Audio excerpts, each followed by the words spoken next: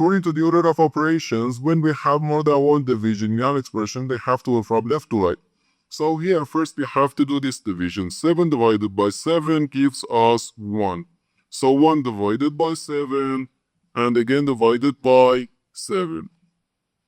Now we have to do this division. 1 divided by 7 can be written as 1 over 7, then divided by 7. Now, according to the KCF rule, K stands for keep, C stands for change, and F stands for flip. We can write keep the first fraction, change division to multiplication, and flip the second fraction.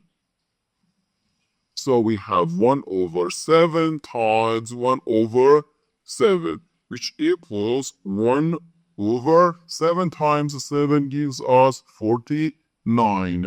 So 1 over 49. And this is our final answer to this problem.